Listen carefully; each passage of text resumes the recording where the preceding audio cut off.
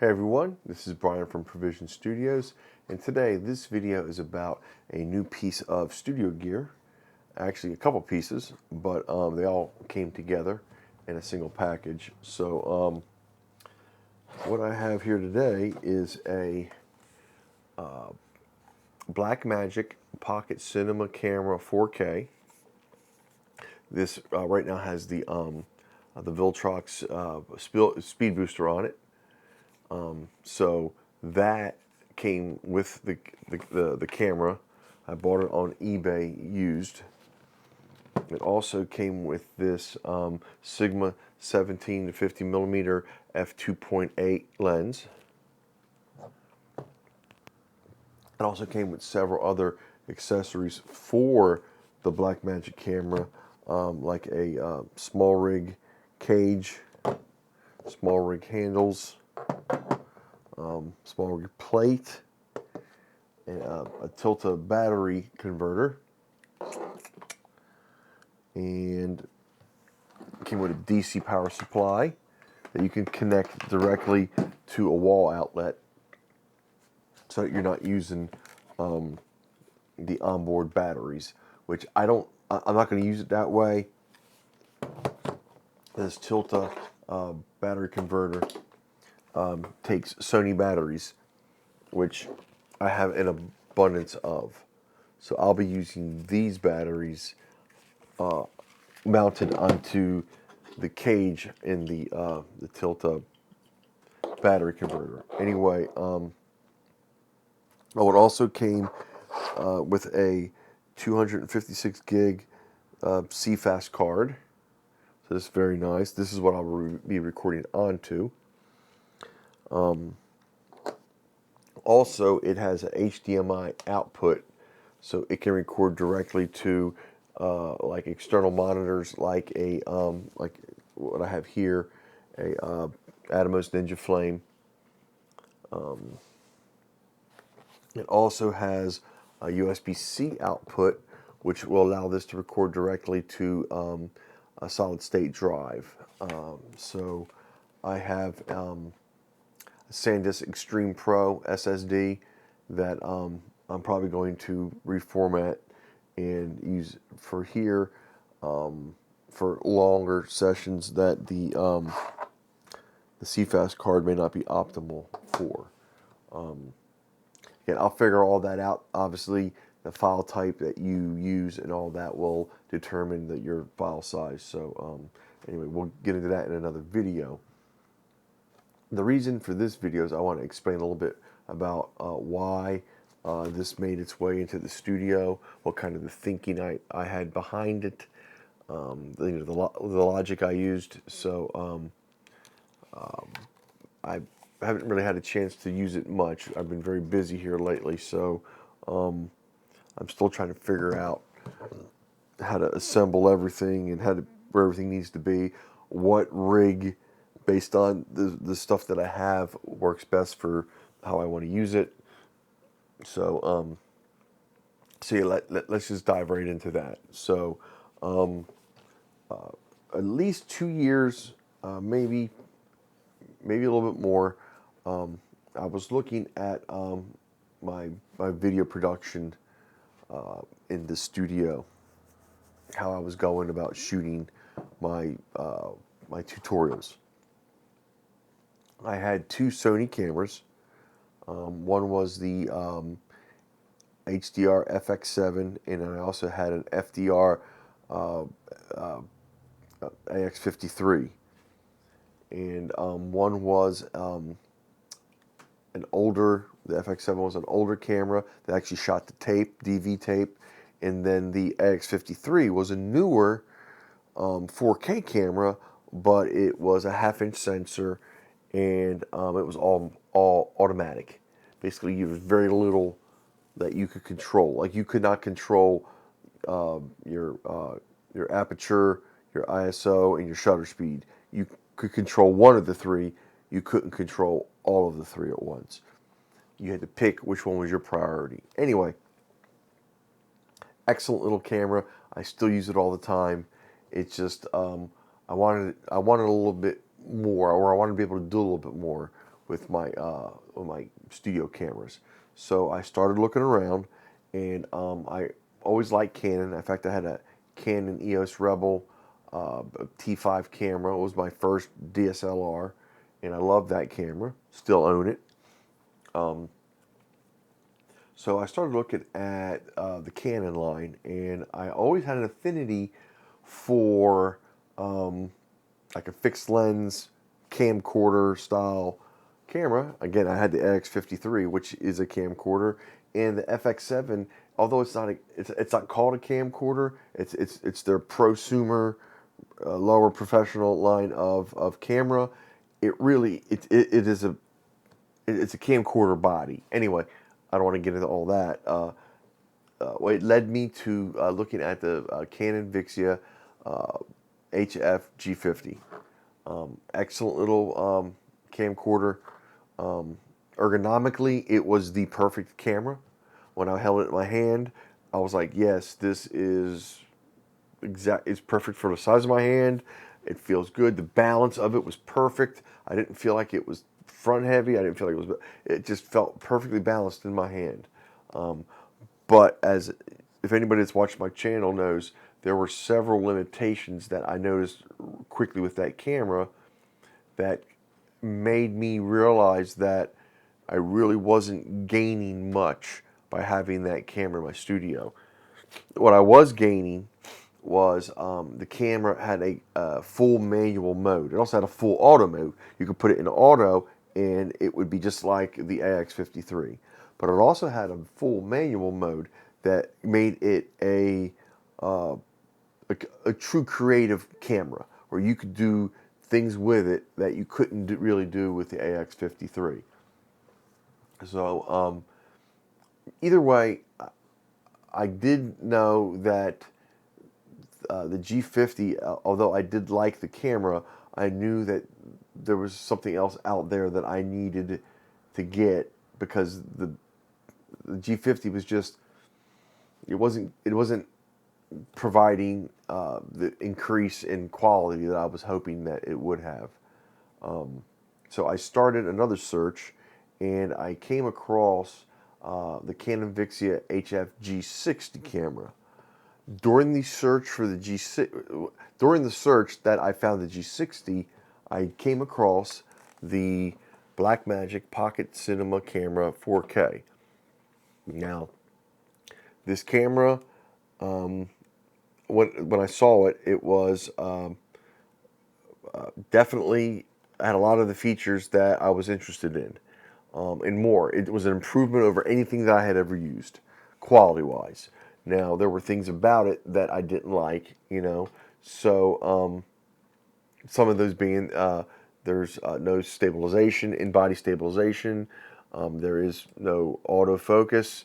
You have to, it's not a fixed lens camera, so you have to go and attach lenses to it, and I don't own a lot of lenses, so there were things about it that, although I could see the value of adding it to my studio, what it would mean, in the end, the Canon Vixia HF G60 was the obvious choice for where I was going. So I got the G60, bought it brand new. In fact, I still own it. It had everything I was hoping in a 1-inch sensor. It gave me great low light performance. It allowed me to use it at night, doing some moon shots that were really good quality, and it served me well in the studio.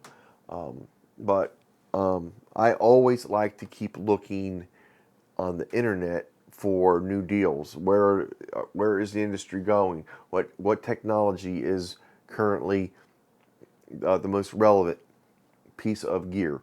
And in doing so, I came across on eBay another Canon camcorder that came out prior to the G60. It was called the Canon XF400. It's actually the camera that I'm shooting this footage on right now. When I bought this camera, it immediately became my A camera. So it has outstanding quality. It has dual Digix 6 processors, So it is basically a G60 with 2 processors. It comes with excellent audio quality. It has an audio handle on top of it that allows you to connect XLR microphones to it. So it checked off so many boxes for me. It actually did more than what I was hoping to get out of a camcorder.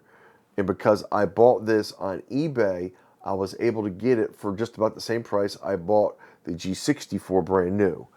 They're both 1-inch sensors, so for me, it's the same color science, the same color space. When I go to use footage off of both cameras, it's very easy for me to get them dialed in. So, but that trait about me I just explained a minute ago, where I always like to see where the industry's going, it led me back to eBay a couple months later, and that's where I saw this.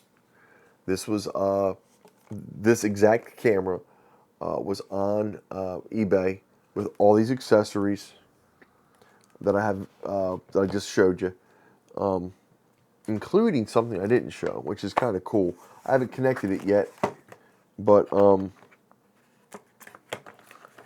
it's got a dummy battery, which I will not be using that. But it came with this little attachment. So all your ports that you would use are on the side here.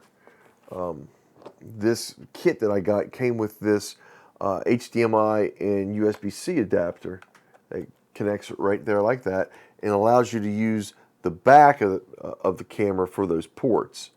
And this would connect to the small rig cage. So it would be like right here. It would connect right here to the small rig. And what it does is it allows you to use this side of the cage for other accessories, where if you connect stuff directly in here, those cables may not allow you to use other things. So I will be using that for sure. So the cost of this camera was much less than what I would have paid for it when I was actually back about a year ago looking at the G60. These cameras that at the time when I was looking, they didn't have all of the extra accessories at the cost that I got this one at. So I saved probably about $600 or $700 in waiting the year. And in that time, I was working with the G60 and the XF400. I feel like learning a great deal about how cameras work. Now, the Blackmagic camera doesn't have any of these excellent features that both of my Canon camcorders have. You know, with the autofocus and the stabilization that comes in these cameras. But what it does have, it has an outstanding picture quality.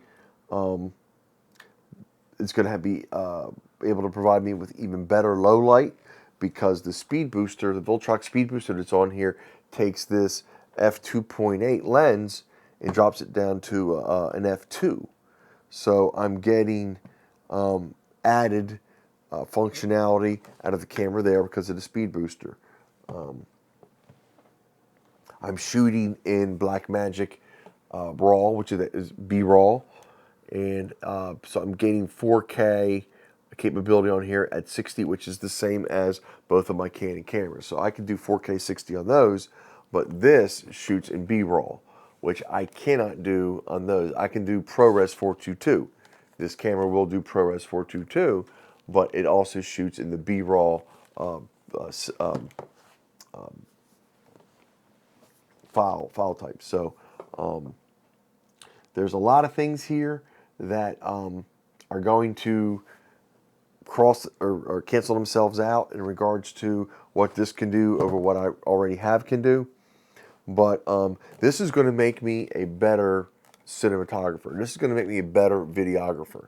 This is going to make it to where if I really want to get a shot, if if I really want to capture the image the way that I see it, it's going to make me have to really prepare in advance of the shot. So I'm excited for it.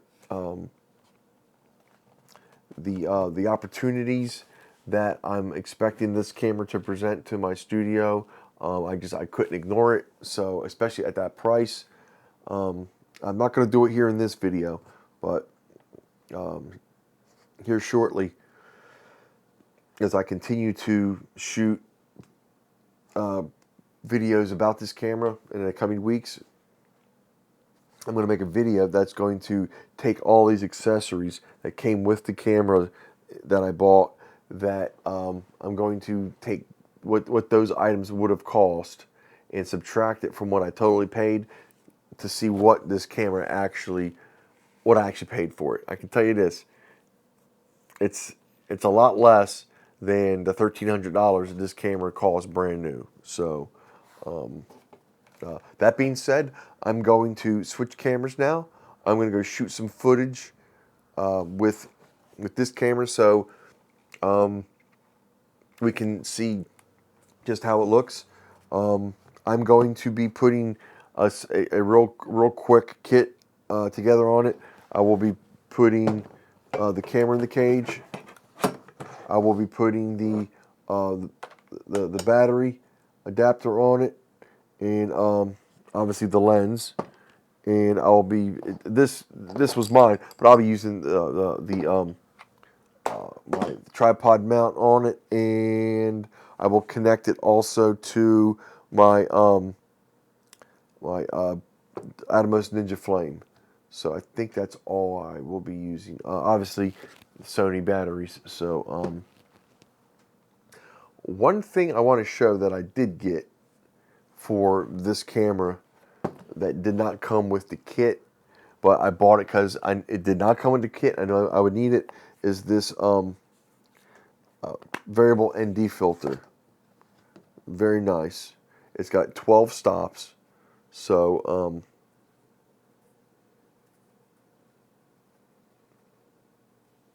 let's see if I can get it to go.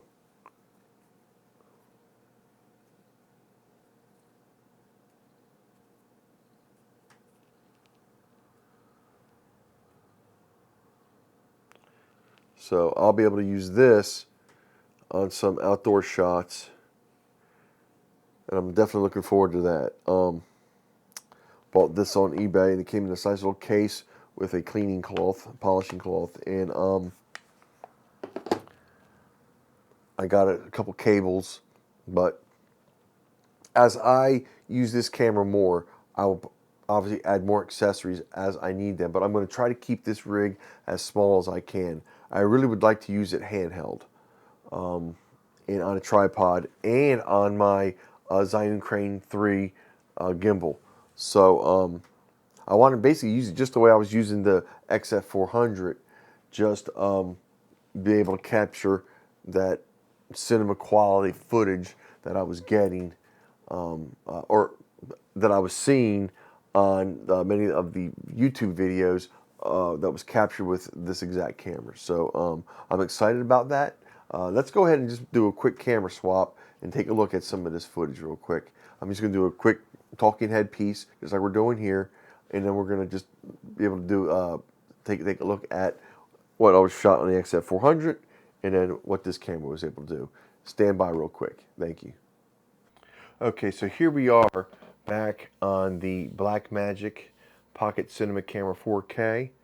I am presently shooting in 4K, but I'm going to downsample that to 1080p because that's what I was shooting my my XF400 footage on. So this is B-raw. Again, we're downsampling to 1080p, but this is kind of what we can expect from the quality of the image. I'm going to do a now this is the film look. So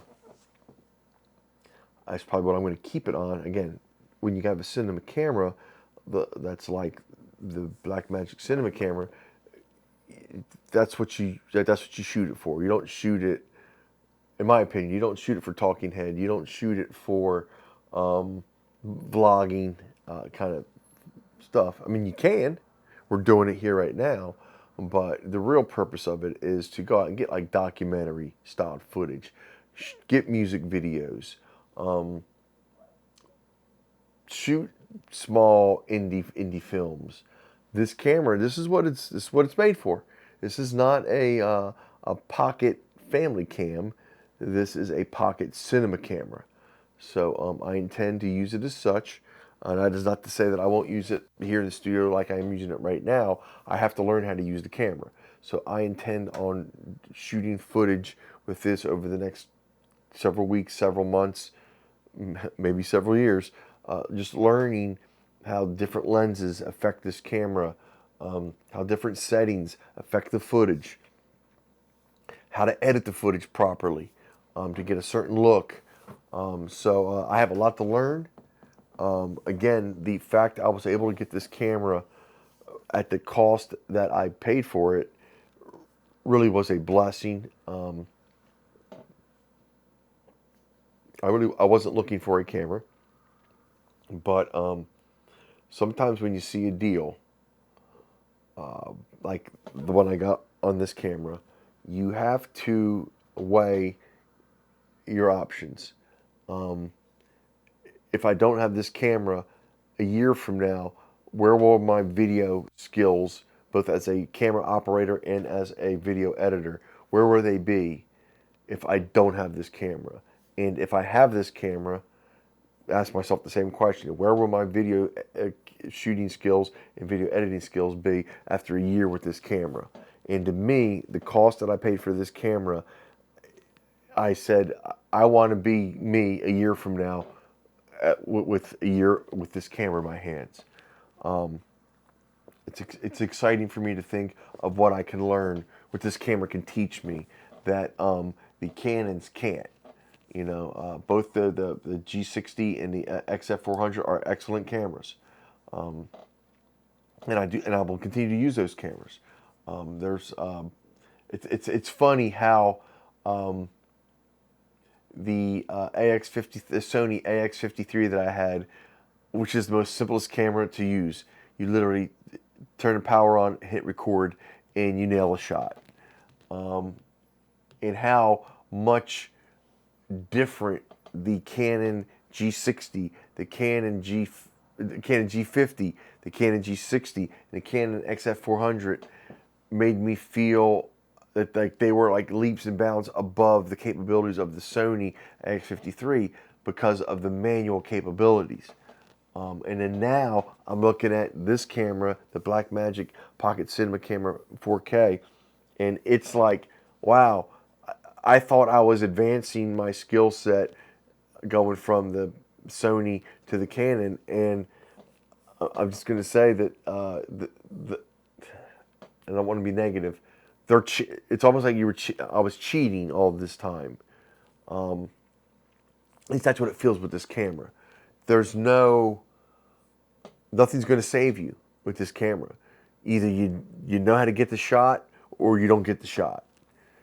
You know how to adjust the settings or your footage is unusable. Now, the fact that it does shoot in B-roll, there is you do have some leeway in regards to your exposure that you're going to be able to work with. But in the end, you have to be able to know what settings on the camera need to be used to get a certain shot. And this is that camera. This is going to help me become a better cinematographer / videographer. And in turn, because I edit all my own footage, it will eventually allow me to become a better video editor, a better colorist, which I need to improve in all those areas. And that's exciting to me. So the future, again, the future is bright, and it is certainly looking to me like I'm going to have a lot of fun in the next couple of years as I grow with this camera. Again, I don't know that my kit is going to grow all that much. I'm not saying it won't. I don't envision me wanting to use it with these huge rigs like I see on YouTube. Some guys spend $6, $7, $10, $12,000 rigging out their Pocket Cinema. I just don't see myself doing that. I do imagine I'll get another lens for it, just to know what what another lens can do. I can see getting some other accessories for it, but for right now, I'm completely fine with what I have, using it the way that I presently am. I do want to get it on my gimbal, my Zion Crane 3, and seeing if it'll fit on there, or do I need to go and buy a special mount for it or what. So there will be a video about that here in the near future. I've got a C card reader, or C-Fast card reader, coming tomorrow that I bought this weekend. So I'll be here Monday, which is tomorrow. So I will be recording to this. Like right now, I'm recording to the SD card that I use in my XF400. So I don't want to be doing that. So this may be the last recording I do on my XF400's SD card. Hopefully starting tomorrow, I will be recording onto this so that I can actually pull the footage off of it that I shoot onto it. So that card reader, again, that'll be here tomorrow afternoon. Okay, so that's going to do it for this video. Let's go get this footage edited down and get this video uploaded. If you guys have any questions or comments, please leave them below the video. You can always reach out to me at bbuck822@gmail.com. I'll get back to you as soon as I can. And until then, I'll see you guys soon, all right? Bye-bye now.